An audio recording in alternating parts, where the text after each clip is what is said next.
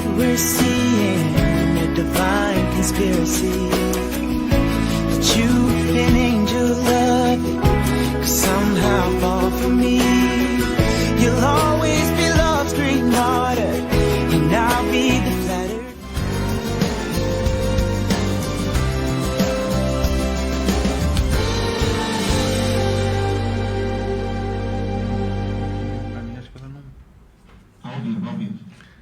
Olá, queridos e queridas, amados irmãos e irmãs, saudações de paz a todos os nossos telespectadores aqui pela nossa Web TV. Começa agora mais um programa EBD em Foco das Assembleias de Deus do Campo de Arapongas. E nessa oportunidade eu quero aproveitar para agradecer a cada um dos nossos espectadores e agradecer também a todos os nossos patrocinadores que patrocinam esse programa que veio para abençoar as famílias em Arapongas, sobretudo fornecer aos nossos alunos da Escola Bíblica Dominical, junto com os professores, subsídios teológicos para que eles possam ter um maior engajamento nas suas aulas de EBD. E eu quero agradecer você que tem se fazido presente aqui pela nossa Web TV. Hoje está conosco mais um amigo nosso, irmão pastor, presbítero, Nosso irmão, nome? Danilo. Nosso irmão Danilo, é lá da Igreja Sede. Ele é professor de Escola Bíblica Dominical dos Jovens. Olha aí que maravilha.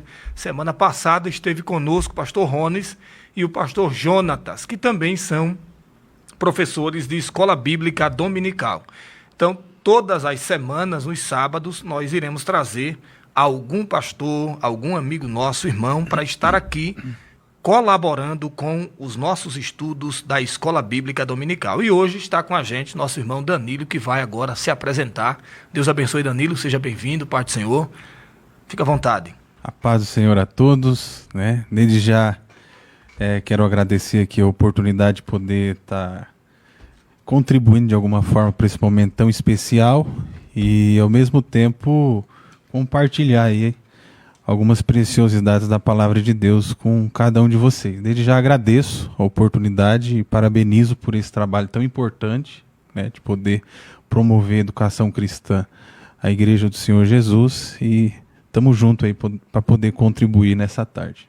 Que bênção de Deus, é uma maravilha, é uma bênção do Senhor poder contar com a ajuda do nosso irmão Danilo, que é professor, repito, reitero aqui, dos jovens da nossa Igreja Sede do Campo de Arapongas. E eu quero agradecer também a minha esposa, que muito tem nos ajudado com essas ministrações aqui e incentivando. Queria reiterar que as nossas primeiras 3 lições foram lições mais panorâmicas. A primeira lição falou do avivamento espiritual. A nossa segunda lição falou do avivamento no Antigo Testamento ou na visão do Antigo Testamento. E a terceira lição falou sobre o avivamento no Novo Testamento. E hoje iremos falar o ministério avivado de Jesus. Hoje entraremos de fato nesse tema tão especial que é o avivamento para a igreja, o avivamento para os filhos de Deus, o avivamento que nós tão esperamos que ele aconteça, para que haja uma mudança de fato radical no nosso pensamento e na nossa maneira de ver, glória a Deus, a obra do Senhor de uma forma geral. E eu já quero dar início, nós iremos ler o texto áureo. E eu queria pedir o auxílio do nosso irmão Danilo, e eu queria pedir que ele lesse o texto áureo para nós. O texto áureo está lá em Lucas, capítulo 4, verso 14, que diz assim: Então, pela virtude do Espírito, voltou Jesus para a Galiléia, e a sua fama correu por todas as terras em derredor. A nossa verdade prática, ela diz, o alcance espiritual da vida de um crente avivado revela a extraordinária atuação do Espírito Santo. A nossa leitura bíblica em classe se encontra no Evangelho de Jesus Cristo, segundo escreveu São Lucas, no capítulo 4, do verso 14 ao verso de número 22. eu estarei lendo um versículo e o Danilo lê um outro versículo e a gente vai fazer aqui uma leitura, acredito que é a leitura responsiva que chama, né? Então, pela virtude do Espírito, voltou Jesus para a Galiléia, e a sua fama correu por toda a terra, ou as terras em derredor. E ensinava nas suas sinagogas, e por todos era louvado. E chegando a Nazaré, onde fora criado, entrou num dia de sábado, segundo o seu costume, na sinagoga, e levantou-se para ler. E foi-lhe dado o livro do profeta Isaías, e, quando abriu o livro, achou o lugar em que estava escrito: O Espírito do Senhor é sobre mim, pois que me ungiu para evangelizar os pobres, enviou-me a curar os quebrantados do coração, a apregoar liberdade aos cativos, a dar vista aos cegos, a pôr em liberdade os oprimidos, a anunciar o ano aceitável do Senhor. E cerrando o livro e tornando a dá-lo ao ministro, assentou-se e os olhos de todos na sinagoga estavam fitos nele. Então começou a dizer-lhes: Hoje se cumpriu esta escritura em vossos ouvidos. E todos lhe davam testemunho, e se maravilhavam das palavras de graça que saíam da sua boca. E diziam: Não é este o filho de José? Está aí a nossa leitura bíblica em classe.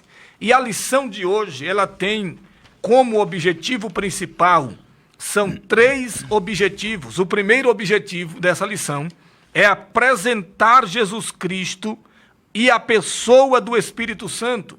O segundo, explicar a importância da oração no ministério de Jesus. Terceiro, conscientizar de que Jesus teve uma vida na unção do Espírito.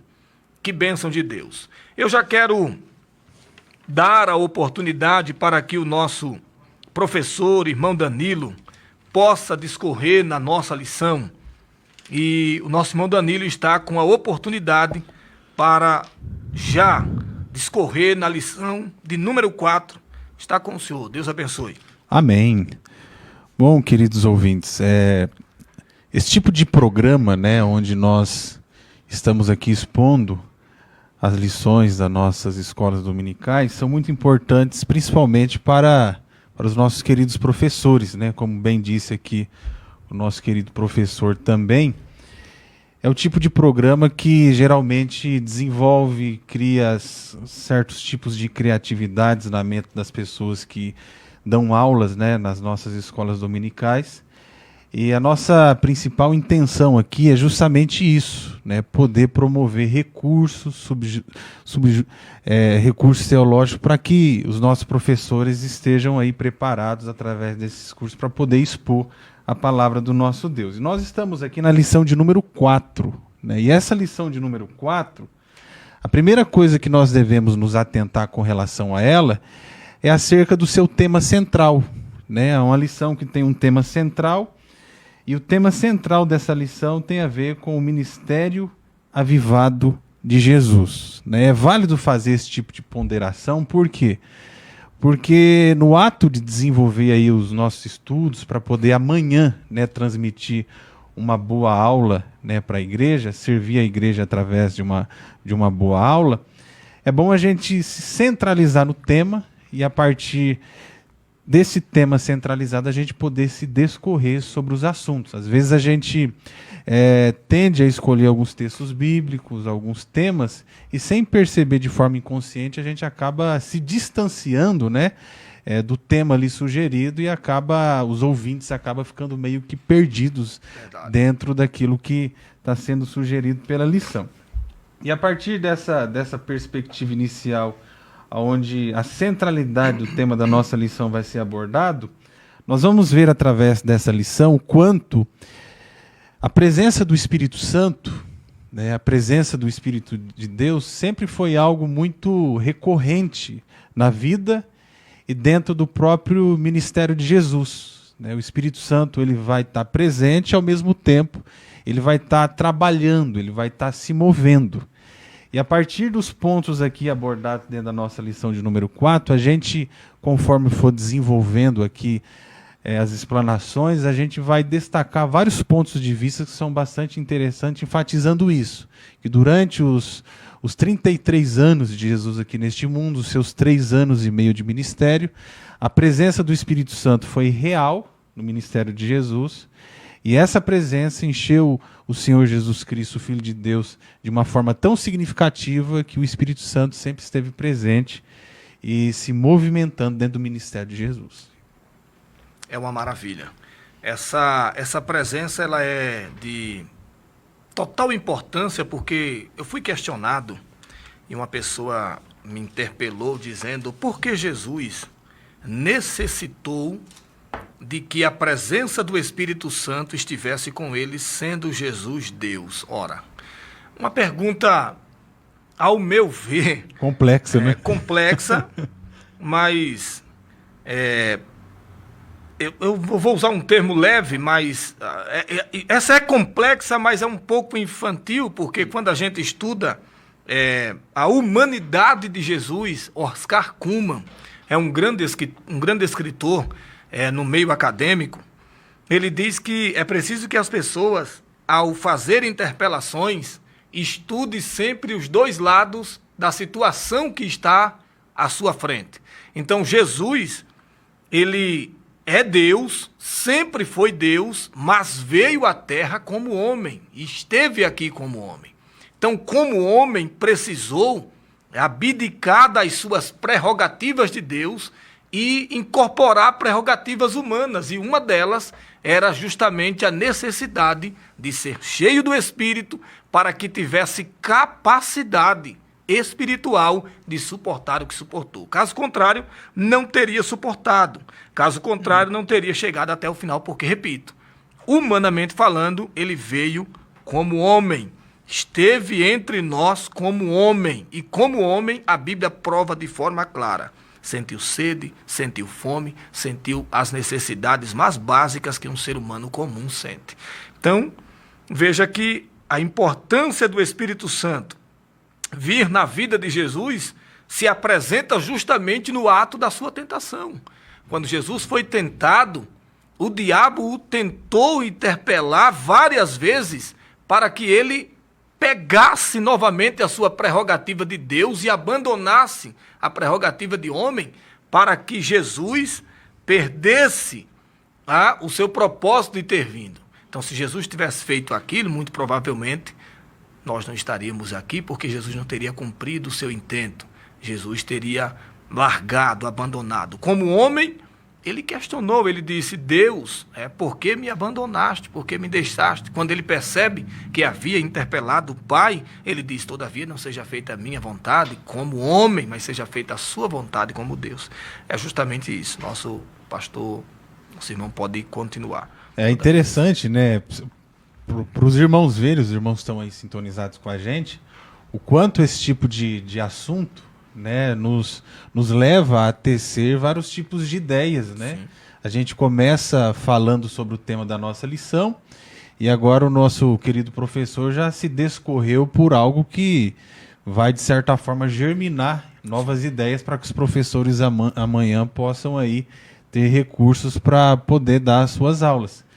Outro tema também que cabe até dentro da nossa lição de hoje é acerca sobre quem é o Espírito Santo. Sim, né? A pessoa, né? Se o tema central da nossa lição tem a ver justamente com a presença do Espírito, né, que promoveu poder, obras fantásticas através do Cristo, automaticamente a gente entra nessa pergunta: quem é o Espírito Santo? E a nossa interpretação ortodoxa, que nós recebemos de forma muito genuína dos nossos pais, nos leva a crer, como o irmão acabou de citar, que o Espírito Santo é uma pessoa. Sim. Né? É justamente uma pessoa. E uma pessoa em que sentido? Uma pessoa no sentido dele carregar características pessoais. Sim.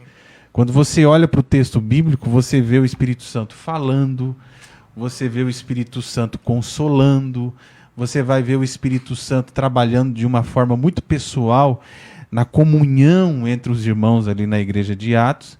Isso nos leva a entender que o Espírito Santo não é uma energia que emana de Deus, né? O Espírito Santo, bem como colocou o professor, é justamente uma pessoa, e através das suas características pessoais nós podemos nos relacionar com ele de uma forma bem amigável mesmo. Sim. E dentro dessa perspectiva, acredito que a gente já esteja dando uma trabalhada aqui nesse primeiro tópico aqui, que justamente é Jesus e a pessoa do Espírito Santo. Por que não dizer? Já se está trabalhando aqui. Jesus e o Espírito Santo estão eternamente em comunhão perfeita na Trindade. Tá? Por quê? Porque o Espírito Santo trabalha como aquele que impele, como aquele que não permite com que as pessoas desanimem na sua trajetória e, ao desanimar, abandone o seu propósito. Tudo isso leva-nos para uma explicação simples. Ora, o título Messias, que é o título de uma abreviação, que nos originais significa aquele que é alguém que foi enviado, alguém que é ungido, né? O Messias é um ungido do Senhor. Ungido do Senhor, e aqui já quebra a estigma de que o ungido é aquele poderoso, que tem poder, que pula, que grita, que fala em línguas o culto inteiro. E não tem nada a ver com ungido. Ungido é simplesmente aquele que foi escolhido por Deus para desempenhar uma tarefa. E o interessante é que todas as vezes que alguém é chamado para desempenhar uma tarefa no reino de Deus, ele vai ter problema. Ele vai passar por problemas, vai passar por lutas, provações, tribulações. E é aí que entra a atuação do Espírito Santo. O Espírito Santo serve como aquele que sustenta, aquele que está próximo. Por isso que Jesus tinha essa intimidade. Essa intimidade é o que a igreja hoje precisa, urgentemente, voltar a ter essa intimidade com Jesus. Veja que no Antigo Testamento, lá em Deuteronômio, capítulo 6, verso de número 4, tem uma expressão que lá no grego escrito está. No grego diz, Semã Israel, aí diz, Adonai Eloheinu, Adonai Enchadi. Quer dizer que essa expressão ouve Israel, o Senhor é o único Deus. Aqui quebrando a estigma de que quando se fala de trindade, está se falando de três deuses. Não é três deuses, é um único Deus, é um único ser, mas em três pessoas distintas que emergem a mesma coisa, emergem o mesmo poder, a mesma glória. Eles não brigam entre si. Uma vez eu ouvi alguém dizendo, olha a briga de Deus com não sei o que, rapaz, uma bobagem. Não, eles não brigam entre si. Não, ali é uma união, ali é tudo, é uma trindade. Embora não apareça nos originais esse termo trindade, mas aparece em inúmeros textos bíblicos a atuação do Espírito Santo. É que esse tipo de tema, né, tende a nos levar para os estudos teológicos acerca do ser de Deus. Sim. Né? E como que a nossa mente, sendo uma mente limitada, finita em vários aspectos, vai conseguir vasculhar ou entender a grandeza das profundidades dos mistérios de Deus. Né? Esse termo, ele é um termo que, como bem colocou o professor, a gente não encontra dentro do texto bíblico. É um termo que vai surgir principalmente durante os primeiros séculos da igreja, no período da patrística. Né? O próprio Tertuliano de Cartago ele vai usar muito a questão da trindade para justamente aí sistematizar de uma forma bem contundente a questão da trindade, que basicamente é Deus Pai, Deus Filho e Deus Espírito Santo, né, que os pais da igreja vai desenvolver a ideia de três pessoas se subsistindo numa só essência. Sim. Né? Mostrando a atuação. Né? A atuação. E nesse sentido, a gente só pode ir até onde a Bíblia nos orienta. Né? Se a gente parte da premissa que nós vamos entender o ser de Deus a partir da nossa racionalidade finita, automaticamente a gente vai cair em campos heréticos. Sim. E vai correr o risco de cometer vários equívocos aí com a Bíblia nas mãos. Só que, de fato, no sentido mais prático da nossa lição, que nós hoje estamos tentando trazer aos professores, né, enquanto recurso, é justamente essa praticidade que o Espírito Santo vai dar no ministério de Jesus. Ele está presente e, ao mesmo tempo, ele está trabalhando de uma forma muito contundente. E vou até aí passar a bola mais uma vez para o nosso professor, acerca da pessoa do Espírito Santo na vida de Jesus no seu nascimento, como diz a nossa lição, no batismo, na questão da tentação e na obra do ministério. O que o nosso querido professor aí tem a fornecer aos nossos queridos professores? Veja bem, quando o Espírito Santo de Deus ele vai atuar, né, justamente nesse primeiro ponto, que é no nascimento de Jesus, o nosso Elinaldo Renovado, ao escrever o Subsídio Teológico no seu livro de apoio, ele vai dizer que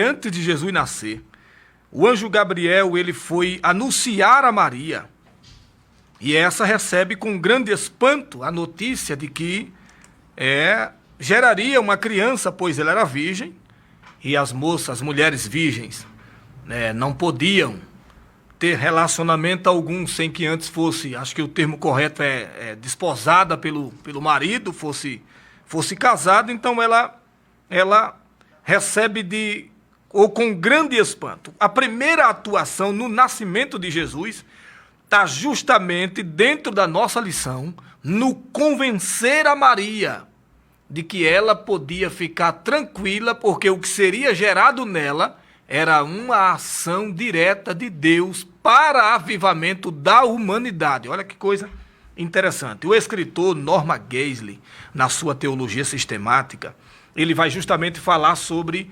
essa humanização de Jesus impetrada pelo Espírito Santo na consciência de Maria. Porque imagina uma mulher receber uma mensagem de um anjo que um ser espiritual nasceria dentro dela, e esse ser era Deus, é Deus que iria nascer.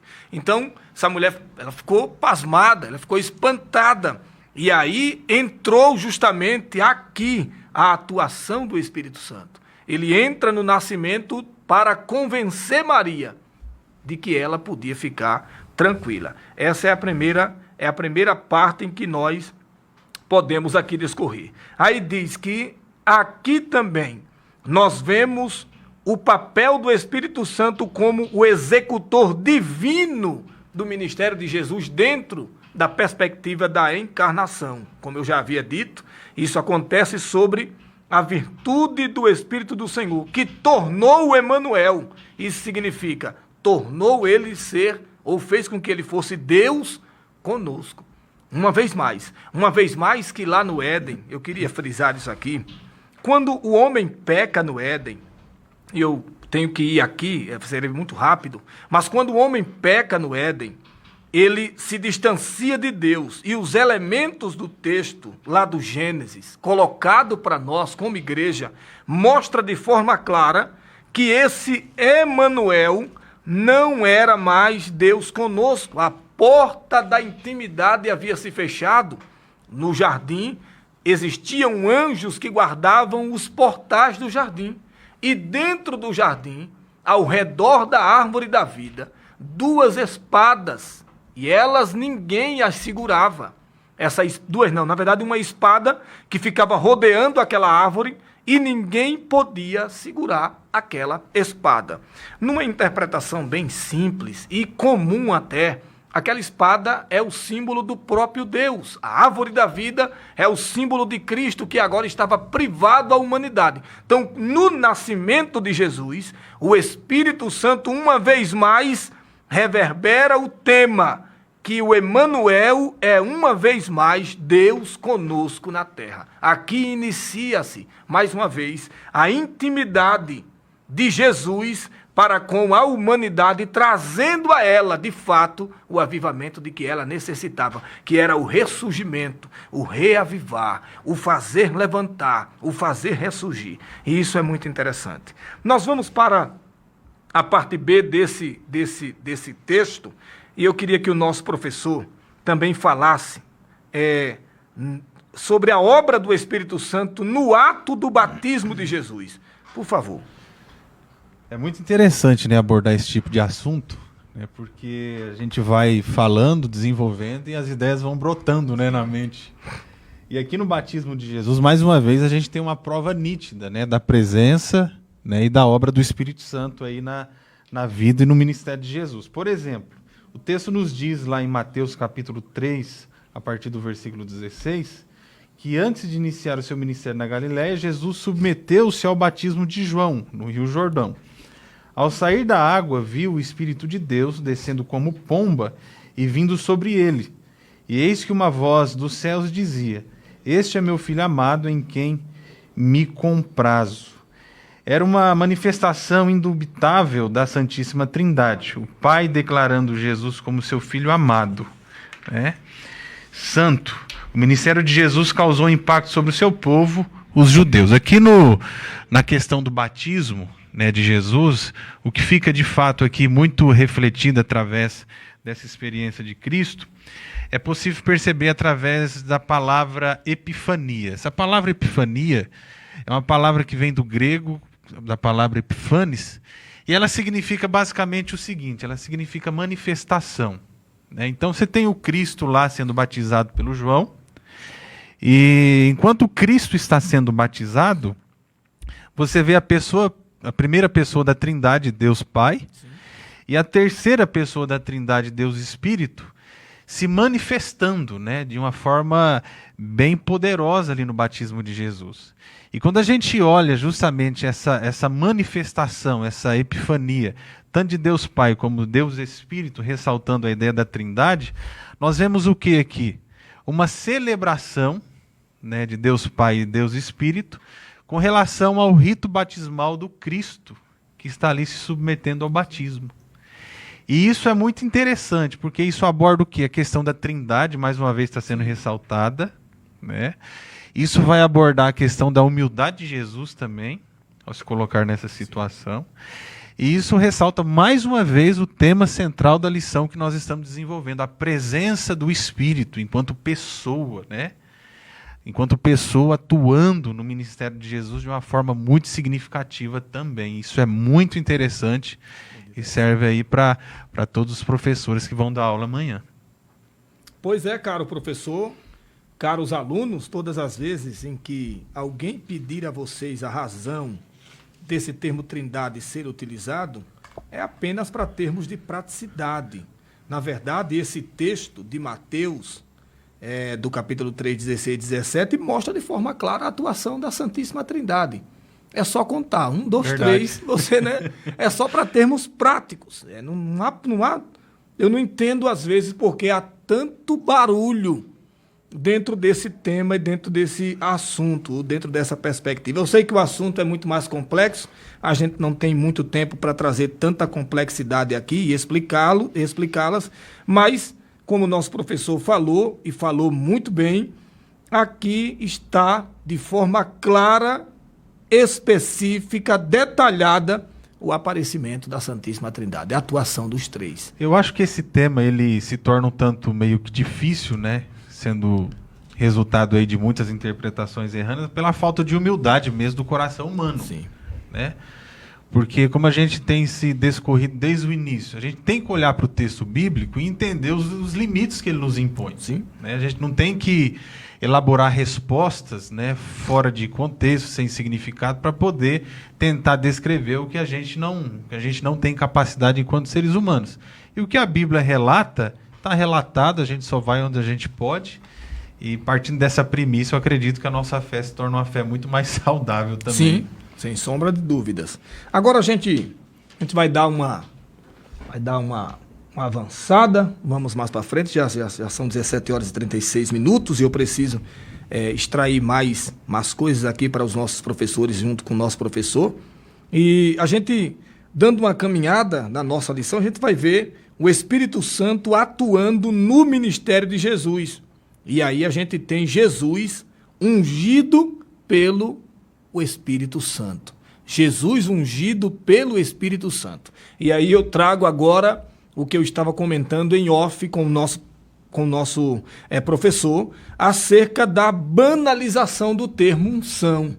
Né? Quando a gente vai estudar nas Escrituras, a gente tem a unção aos olhos, na lupa da perspectiva do Antigo Testamento, que era a ideia de unção que vinha desde a antiguidade, quando se ungia os reis, os sacerdotes, eles recebiam a unção com óleo. Isso significa, literalmente falando, para ocuparem suas respectivas funções, função de rei, função de sacerdote, função de profeta e por aí vai. Eu queria que o nosso professor falasse um pouquinho nesse tema sobre o Jesus ungido pelo Espírito Santo. Como o Espírito Santo, ele ungiu Jesus e para qual finalidade Jesus foi ungido para atuar no seu ministério terreno. Por favor. É fácil de perceber, né, dentro dos textos bíblicos, quanto essa unção, né, que o Senhor Jesus Cristo recebe do próprio Deus Espírito, o Espírito Santo, tem a ver com o seu envio, né, com a sua própria missão, né. Cristo, ele vem à Terra e ele vem com um propósito. Deus o separa justamente a esse propósito de resgatar a humanidade do seu pecado através do seu sacrifício. E a partir desse propósito, a partir desta missão, o Cristo que é enviado, separado justamente para nos resgatar dos nossos pecados, ele vai justamente atuar de uma forma muito poderosa a partir dessa unção, né, que o Espírito Santo ele promove enquanto ser divino na pessoa do Cristo. E aí a gente pode abordar esse tipo de assunto a partir de várias perspectivas. Por exemplo, você tem aqui o Espírito Santo do ministério de Jesus ungindo o Cristo para evangelizar os pobres, né? Isso nos leva ao quê? Isso nos leva à forma impactante que as palavras de Jesus elas cumpriam no coração do homem e ainda cumprem, né? Por exemplo, se você analisa o Sermão do Monte, lá no capítulo 5 e vai terminar no capítulo 7 do Evangelho de Mateus, você vê que o Mateus, lá, o apóstolo Mateus, ele vai desenvolver por diversas vezes as palavras de Jesus, ele vai sistematizar aquilo que Jesus traz através do Sermão do Monte. Mas no último versículo lá dos 3 capítulos que aborda o Sermão do Monte, o Mateus termina com essas palavras, que as multidões que ouviram ali aquele sermão, elas ficavam admiradas com as palavras de Jesus, né? Por quê? Porque até as palavras do Cristo, as pregações, você vê isso no Evangelho de João, onde as mensagens de Jesus estão bem mais detalhadas e esmiuçadas. As próprias palavras do Cristo eram ungidas, inspiradas pelo poder do Espírito Santo, né? Espírito Santo. Os guardas do templo, lá no Evangelho de João, nos diz isso. Quando eles chegam lá para os mestres da lei, os líderes do templo, de mãos vazias, não levando Cristo, já que os líderes religiosos queriam que os guardas prendessem Jesus, o que os guardas vão dizer, né, para os mestres? Esse homem, quando fala, todo mundo para ouvi-lo. Sim. Esse homem, quando fala, ele consegue cativar a consciência das pessoas.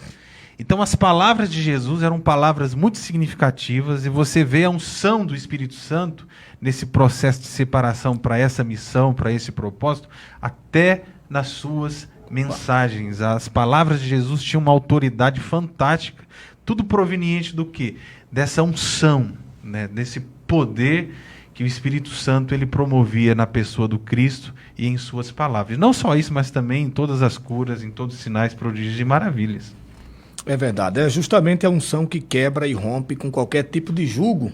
Haja vista que os professores que forem aplicar suas aulas amanhã devem ficarem atentos para a separação da perspectiva de ungir. Ungido, aquele que recebe a unção. A unção para reis e sacerdotes era feita através de óleo.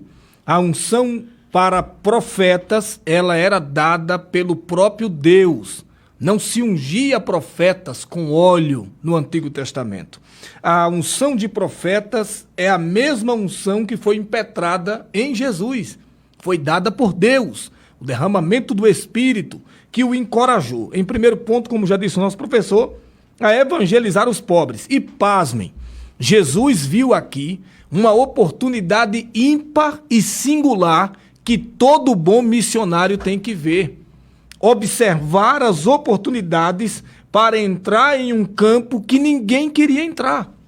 Então, quando o texto diz que Jesus veio para evangelizar os pobres, Jesus sabia que a classe abastada do seu tempo, a classe rica do seu tempo, ela era tendenciosa a desvalorizar a palavra, desvalorizar os ensinos de Jesus, não dizendo que o rico não vai ser salvo, ou que qualquer outra coisa que você possa imaginar. Não é isso. O que o comentarista deixa transparecer aqui é que, assim como Jesus foi um excelente planejador estratégico, segundo o nosso pastor Elinaldo Renovato, diz que ele decidiu por começar a pregar, primeiramente aos pobres. Ele diz ainda, não porque está fazendo exceção de pessoas, porque ele também pregou aos ricos. O exemplo de Zaqueu, Verdade. né, que ele pregou, Zaqueu era extremamente rico. E tá um outro exemplo que ele pregou de um homem rico abastado, que foi Nicodemos.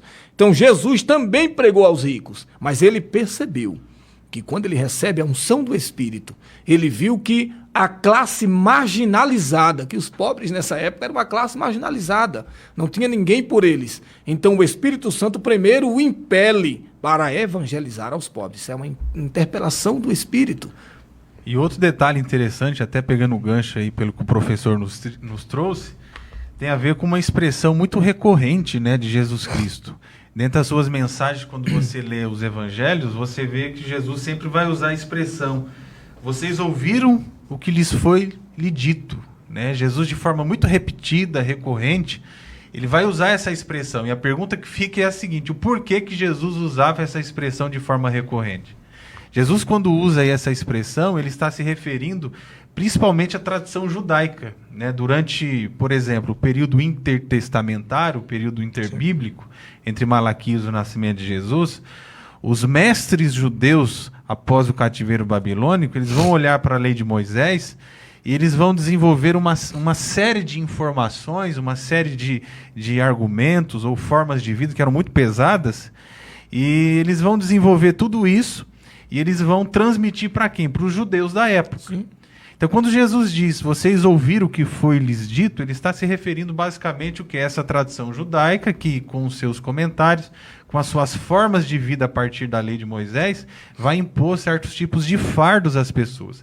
Mas o interessante é que Jesus, quando ele se contrapõe a essa tradição judaica hipócrita, religiosa e etc., ele cita, né, vocês ouviram o que foi lhes dito, porém eu vos declaro.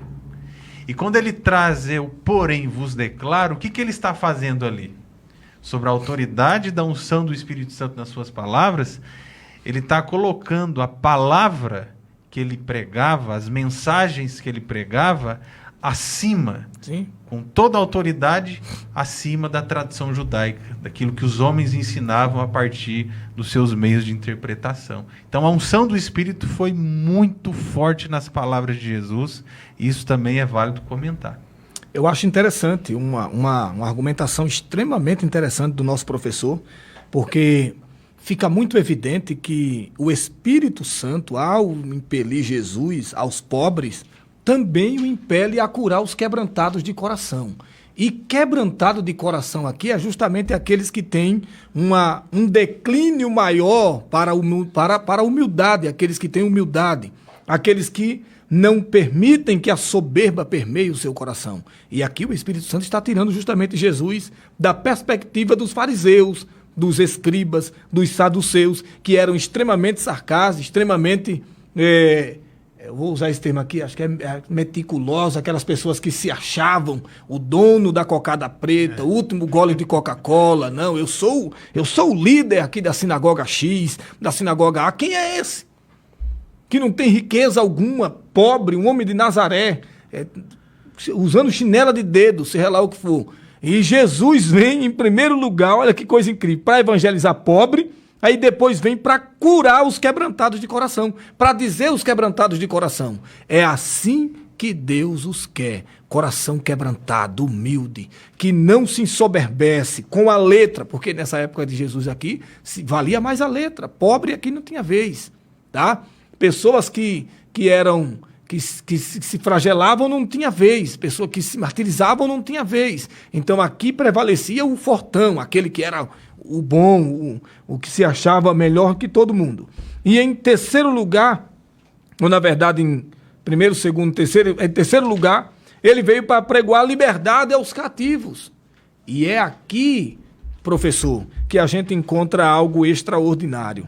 A gente encontra aqui que Jesus veio para uma geração que a priori era cristã, mas havia ou eram cativos, não eram libertos, não tinha intimidade com Jesus, intimidade com Deus e nem intimidade com o Espírito Santo. Olha que coisa incrível, os fariseus, os saduceus, os sacerdotes, os zelotes, aquela corja toda, falavam bonito, oravam bonito, se expressavam bonito, mas, segundo o comentarista Linaldo Renovato, eles estavam tão longe de Deus como quanto a viagem daqui para o Nordeste. Estavam distantes, a anos-luz de distância. E esse caminho você conhece bem, né? Eu conheço bem. Pois é, mas veja, eu queria até que o senhor falasse um pouquinho nesse terceiro ponto aqui, nesse terceiro objetivo, que ele veio para pregoar a liberdade aos cativos. E o mais incrível é que foi apregoar a liberdade justamente àqueles que eram de dentro, a princípio, para judeu, a classe judaica que na lei, andavam na lei, pela letra e etc. E ele veio trazer essa liberdade. Isso também é muito válido a gente ressaltar, né? Se a gente pega aí o contexto, né, respeitando o contexto histórico da época, você tem, por exemplo, o cenário mundial da época no sentido político, sim, sendo dominado por Roma. Por Roma. Né?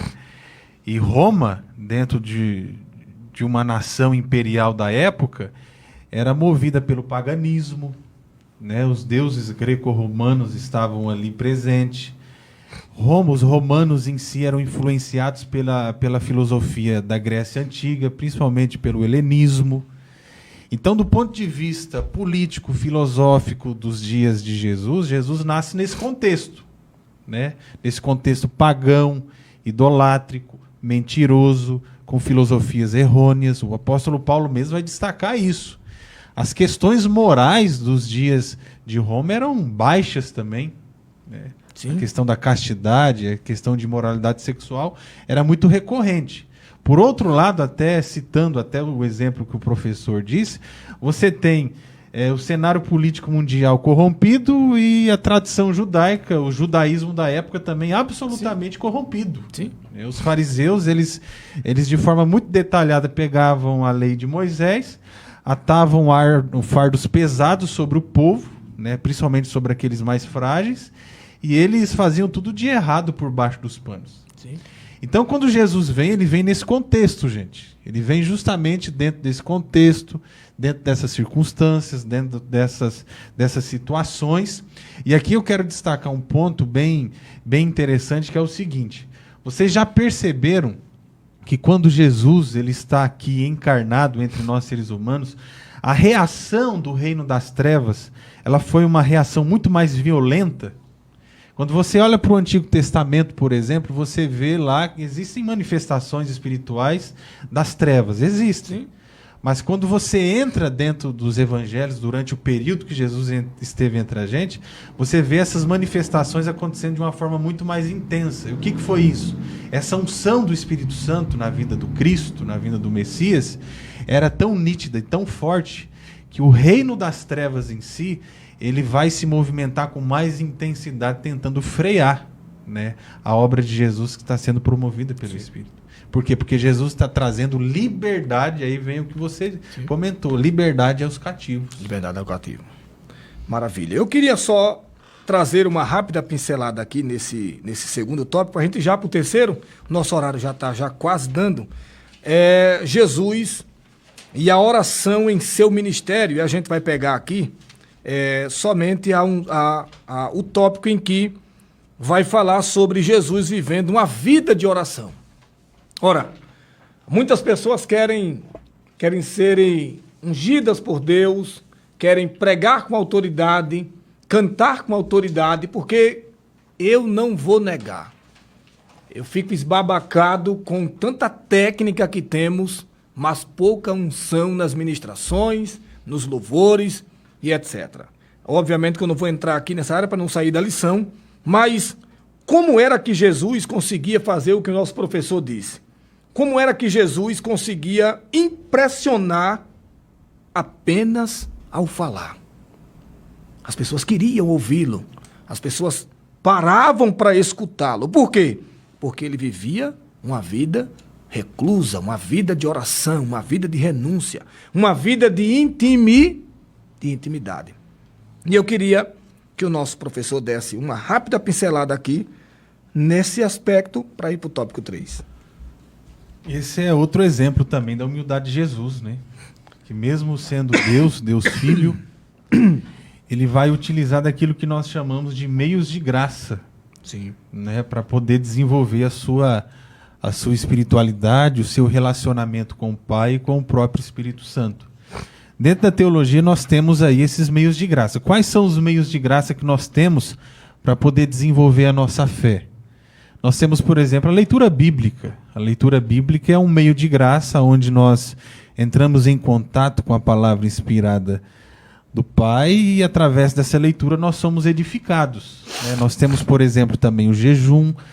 E entre esses meios de graça que Deus nos deu justamente para poder desenvolver a nossa vida cristã está a oração. Né? A oração, que antes de ser uma espécie de ferramenta apenas para pedir, é um canal, né? É uma via onde nós desenvolvemos um relacionamento profundo com o Deus o qual nós servimos. E nós vemos que a oração teve um papel fundamental no ministério de Jesus. Jesus, quando foi escolher os seus discípulos, ele orou. Né? Então Jesus, ele sempre estava em um processo de oração constante. Você vê, como o professor mesmo citou, que Jesus por diversas vezes, quando ele se via apertado, afadigado por decorrer daquele contato com as multidões, ele se retirava. Né? Antes da crucificação no Getsêmani, ele convida lá o Pedro, né, e o João para poder participar desse momento devocional. Então, a oração, segundo o exemplo de Cristo, é importantíssima para a nossa vida cristã. Sem ela, jamais conseguiremos alcançar as benécias de Deus. Tudo que alcançamos é por meio e intermédio da oração. Jesus orou no batismo. Jesus orou para escolher os discípulos, como disse o nosso professor. Jesus orou para agradecer a Deus por revelar-se aos humildes. Olha que coisa incrível. Jesus, ele ora por 3 vezes no Getsêmani. A primeira oração lá em Mateus 26 ao 36, a segunda com a alma já cheia de angústia, e pela uma terceira vez ele ora voltando do lugar solitário, como eu disse, vivia uma vida de recluso, todas as vezes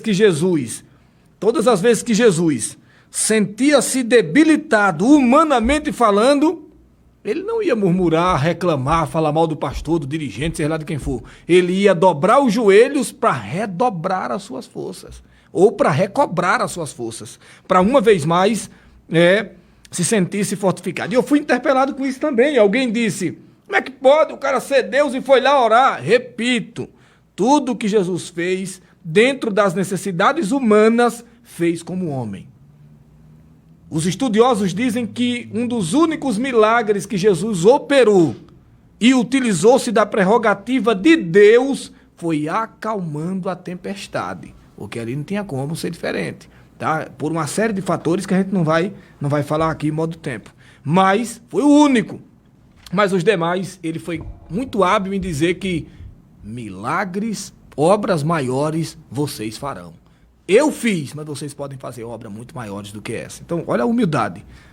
A pessoa é Deus, é Pai, e ele está dizendo que os seus filhos podem fazerem obras maiores se fizerem e se seguirem o seu exemplo. Vamos para o nosso terceiro tópico aqui, para a gente já partir para as considerações finais. Eu quero uma vez mais aí agradecer a toda a nossa audiência. Está com a gente aqui um pastor lá de Alagoas, pastor Ezequiel, vários outros amigos nossos estão aqui assistindo o nosso programa, e eu agradeço aí a nossa audiência. A necessidade de um ministério na unção do Espírito Santo. Aqui é muito interessante e faltaríamos tempo para a gente discorrer sobre essa temática tão importante, mas eu quero pedir para o nosso professor fazer aí um resumão desse terceiro tópico. Queria pedir que ele fizesse um resumão e trouxesse aqui o que é viver uma vida na unção do Espírito. Como é viver uma vida na unção do Espírito dentro da perspectiva da nossa lição? Por favor. Bom, primeiro, né, o Senhor Jesus Cristo, através do seu exemplo de humildade, né, como bem citou o professor, em seu exemplo de humanidade, ele nos é o nosso maior exemplo nesse sentido, né? E da mesma forma o Espírito Santo esteve presente na vida de Jesus, se movendo, trabalhando de uma forma muito significativa, assim também é o desejo de Deus com relação a nós, né? Nós somos seres humanos, nós somos chamados, nós nos convertemos, e a partir dessa conversão, dentro desse relacionamento que nós vamos desenvolver com Deus, o Espírito Santo ele está presente na nossa vida, e se ele está presente, ele está justamente nos ungindo, ou seja, nos separando para as missões específicas que Deus tem para nós. E a partir daí, esse Espírito presente na nossa vida, ele nos leva a uma vida de santificação. Sim. Né? A natureza humana, essa natureza que se corrompeu, como bem citou o professor no início, citando o texto de Gênesis, a natureza humana necessita ser santificada, né? Ela precisa ser santificada pela vida de Deus, ou seja, pelo Espírito Santo na nossa natureza. E isso acontece a partir do quê? A partir de uma entrega, a partir de uma vida quebrantada, a partir de uma vida devocional. Isso acontece utilizando desses meios de graças, como esse programa, a Bíblia que nós temos em mão, a própria oração, para poder nos achegarmos a Deus. A partir de todos esses pontos, né, a presença do Espírito Santo ela vai sendo ressaltada no nosso ser. Essa natureza humana caída vai sendo mortificada cada dia. Nós vamos sendo santificados. E a partir daí a gente vai vivendo uma vida na unção do Espírito Santo. É isso aí. É justamente isso. Para a gente encerrar, concluir aqui, deduzimos no final desta aula que viver uma vida, ou o ministério de Jesus, nas bases da unção do Espírito, passou por uma vida reclusa, de renúncia e uma vida de extrema humildade. Que Deus abençoe a todos os nossos irmãos, a todas as nossas irmãs. Deus abençoe os nossos patrocinadores, tá? E que o nome do Senhor seja glorificado. Deus abençoe a todos. Até o próximo sábado, em nome de Jesus. Muito obrigado ao nosso professor, o irmão Danilo. Irmão Danilo. Esqueci o nome e agora ele nos reiterou. Deus abençoe o nosso professor Danilo e que Deus continue falando mais profundamente ao seu coração. Programa EBD em Foco das Assembleias de Deus do Campo de Arapongas. Deus abençoe a todos.